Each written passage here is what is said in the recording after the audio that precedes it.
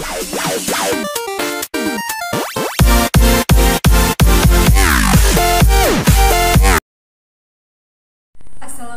warahmatullahi wabarakatuh. Selamat pagi anak semuanya. Di video kali ini saya akan membahas materi tentang selamat datang wahai nabiku kekasih Allah Subhanahu wa taala. Nah, ada 3 poin penting yang akan saya bahas di video kali ini. Yang pertama yaitu tentang kronologi kelahiran Nabi Muhammad SAW sampai pada masa dewasa. Kemudian yang kedua yaitu tentang peristiwa pengangkatan Nabi Muhammad sebagai seorang nabi dan rasul. Baiklah, langsung saja.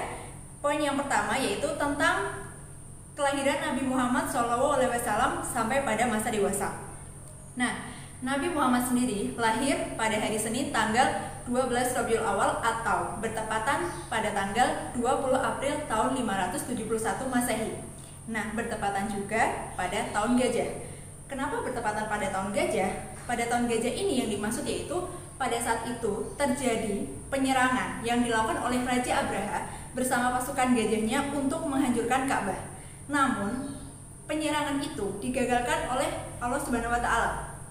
Karena Allah mengirimkan burung ababil yang membawa kerikil dari neraka untuk dijatuhkan kepada pasukan gajah sehingga pasukan gajah gagal untuk menghancurkan Ka'bah. Sehingga bertepatan pada itu pula Nabi Muhammad lahir pada tahun gajah. Kemudian pada masa usia bayinya, Nabi Muhammad diasuh oleh Siti Halimah sampai pada usia 5 tahun. Kemudian setelah itu Nabi Muhammad kembali diasuh oleh ibunya yang bernama Siti Aminah.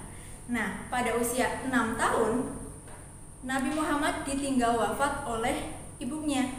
Sehingga dalam kondisi hingga mulai dari usia 6 tahun Nabi Muhammad sudah tidak memiliki seorang ayah dan seorang ibu. Karena seorang ayahnya telah wafat pada saat Nabi Muhammad berusia 6 bulan di dalam kandungan. Nah, karena ibunya wafat, akhirnya Nabi Muhammad diasuh oleh kakeknya yang bernama Abdul Muthalib.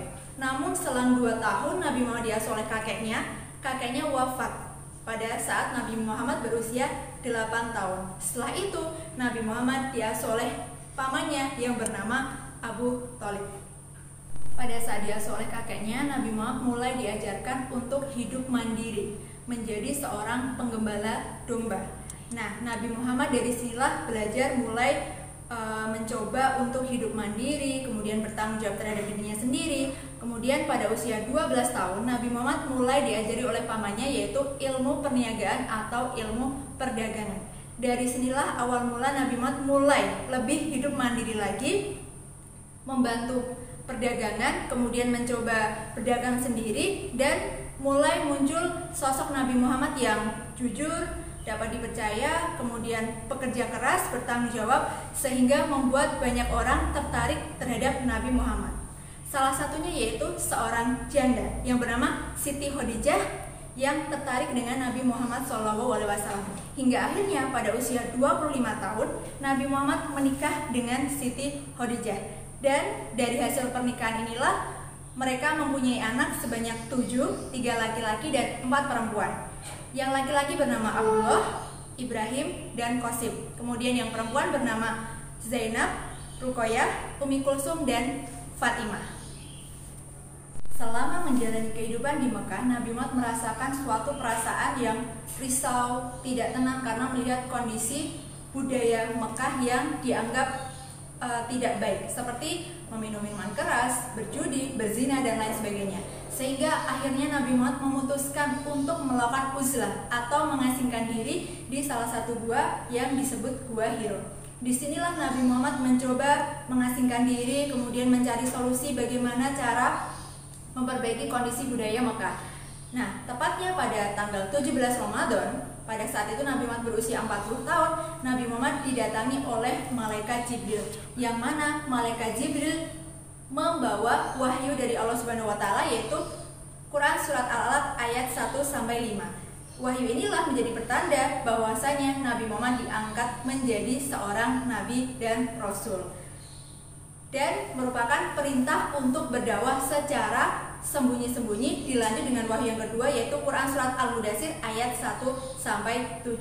Dari mulai sinilah Nabi Muhammad mencoba menyampaikan dakwah kepada sanak saudaranya yang paling dekat, seperti kepada istrinya Siti Khadijah, kemudian kepada Abu Bakar, kepada Ali bin Abi Thalib, dan keluarga yang paling dekat. Nah, dari awal mulanya Nabi Muhammad menyampaikan dakwah secara sembunyi-sembunyi, kemudian muncul golongan orang yang pertama kali masuk Islam atau yang disebut sebagai As-Sabiqunal Awwalun. As-Sabiqunal Awwalun ini terdiri dari 5 orang. Yang pertama yaitu istrinya Nabi Muhammad, yaitu Siti Khadijah, kemudian Abu Bakar As-Siddiq, kemudian Ali bin Abi Thalib, kemudian Zaid bin Harisah, dan yang terakhir yaitu Ummu Aiman. Nah, setelah itu Nabi Muhammad kembali didatangi oleh Malaikat Jibril menyampaikan wahyu yang ketiga.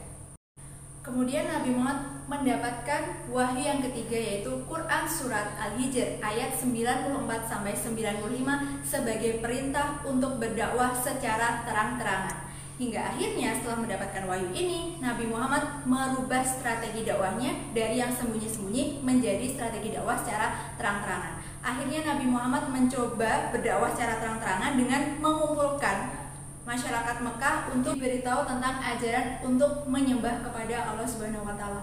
Pada awal mulanya memang banyak sekali hal-hal yang mana masyarakat Mekah tidak mau menerima ajaran yang dibawa oleh Nabi Muhammad SAW. Namun Nabi Muhammad SAW tetap mencoba berjuang keras untuk bagaimana caranya supaya ajaran Islam tetap tersebar luas.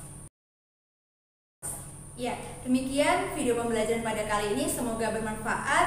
Nah, nanti kalian saya minta untuk menghafalkan lagu yaitu Kisah Sang Rasul yang akan dicuplikan pada video kali ini. Terima kasih. Wassalamualaikum warahmatullahi wabarakatuh.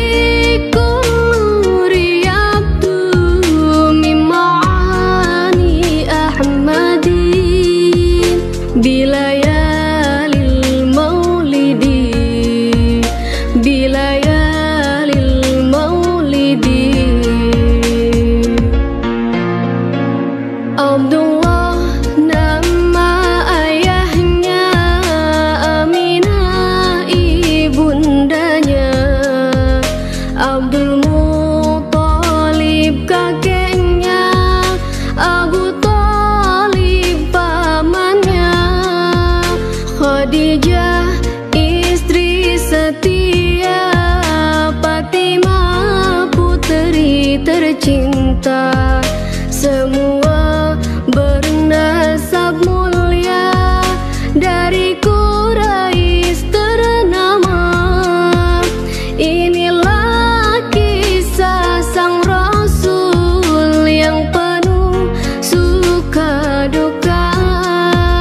Inilah kisah sang Rasul yang penuh suka duka, yang penuh suka duka, yang penuh suka duka. 8 tahun usia kakek meninggalkannya. Abu Thalib pun menjaga paman